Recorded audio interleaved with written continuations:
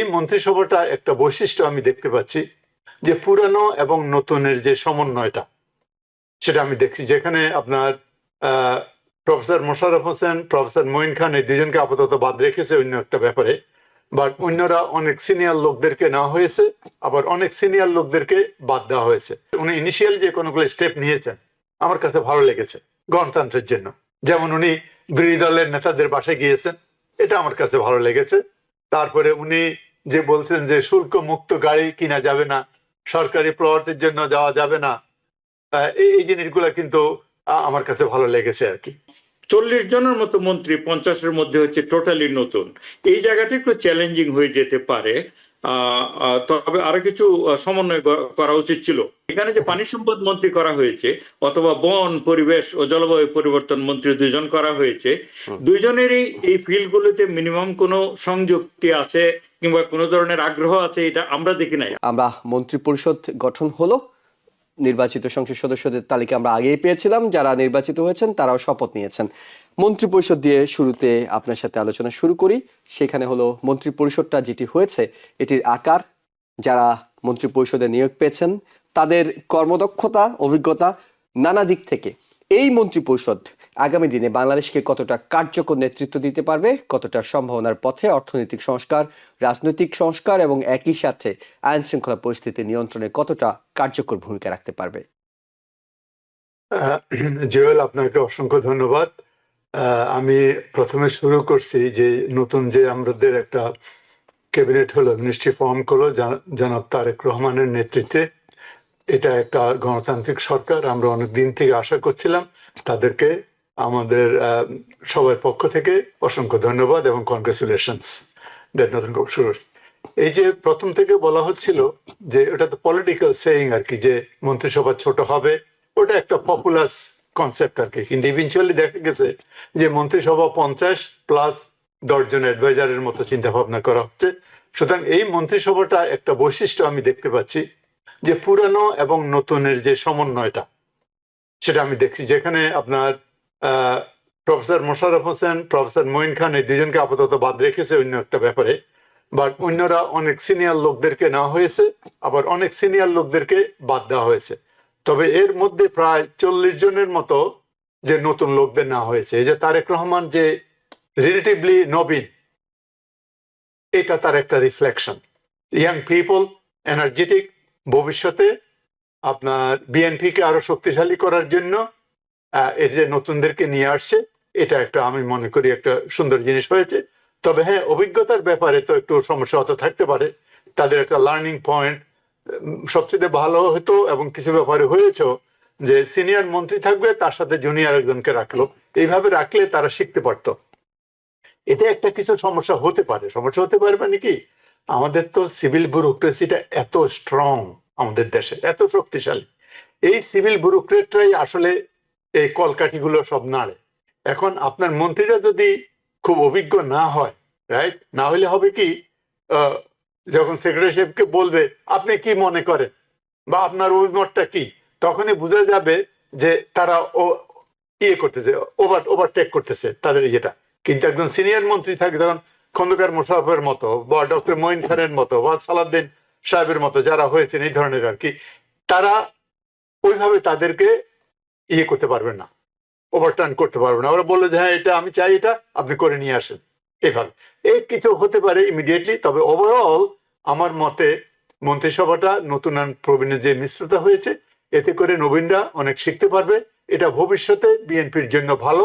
তবে খুব close I রাখতে হবে যে নেক্সট 6 মাস 1 মাসের মধ্যে যে ইয়েটা আউটকামটা যেন কোনোভাবেই ডাইভার্টেড না হয় আর কি, মানে ইমপ্লিমেন্টেশন। আমি এই পর্যায়ে এসে এখন আমি শেষ করব, কিন্তু তারপরে যে কতগুলো উনি ইনিশিয়াল যে কোনোগুলো স্টেপ নিয়েছেন আমার কাছে ভালো লেগেছে গণতন্ত্রের জন্য।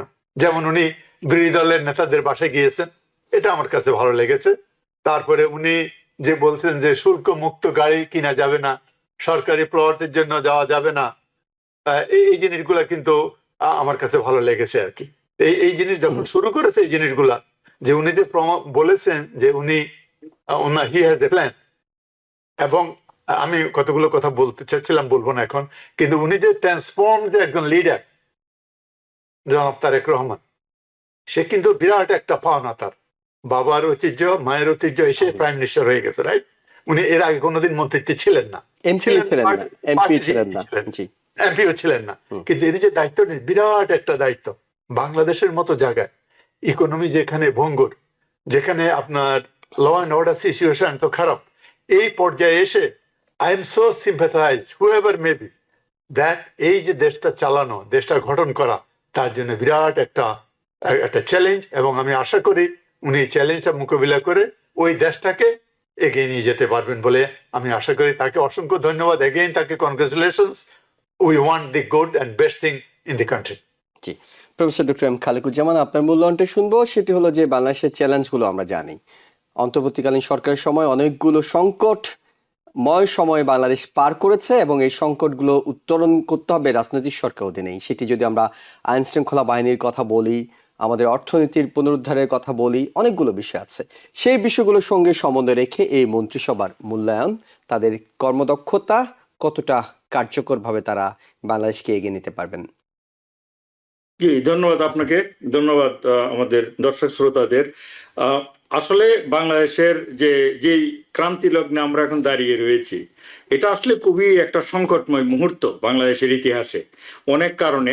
যেমন আপনি যেগুলি বললেন, একে তো হচ্ছে অনেকগুলো চ্যালেঞ্জ এই সরকারের সামনে, মূলত হচ্ছে ল অ্যান্ড অর্ডার, তারপরে হচ্ছে যে আপনার জিনিসপত্রের দাম ঠিক রাখা, অর্থনৈতিক মন্দা কাটিয়ে ওঠা, বিদেশ নীতিতে মানুষের সাথে সম্পর্কটা তৈরি করা।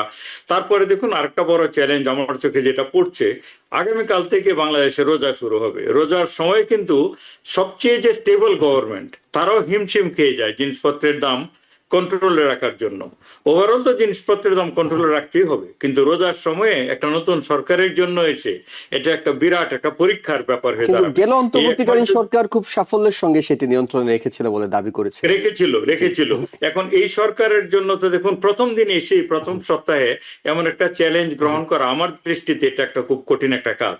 আর তার বাইরে গিয়ে যেটা আমরা বললাম যে ল অ্যান্ড অর্ডার সিচুয়েশনটা দেশের খুব খারাপ ছিল। আমরা দেখেছি গত 15 মাসে কি ধরনের মবক্রেসি হয়েছে, তারপরে হচ্ছে মানুষকে আক্রমণ করে, মব তৈরি করে, অফিস আদালত জ্বালিয়ে দেয়, পুড়িয়ে দেয়। তো এই জিনিসগুলো সরকার সেইভাবে বড় কোনো উদ্যোগ নেয়নি গত সরকার। এই সরকারকে এই জিনিসগুলি কন্ট্রোলে নিয়ে আসতে হবে। তার প্রেক্ষিতে আপনি যেটা বলছেন যে নতুন যে মন্ত্রিসভা গঠন করা হলো, মহসিন ভাই অলরেডি কিছু মন্তব্য করেছে, ওনাকে আমি একটু শুধু কমপ্লিমেন্ট করবো, রিপিট করবো না।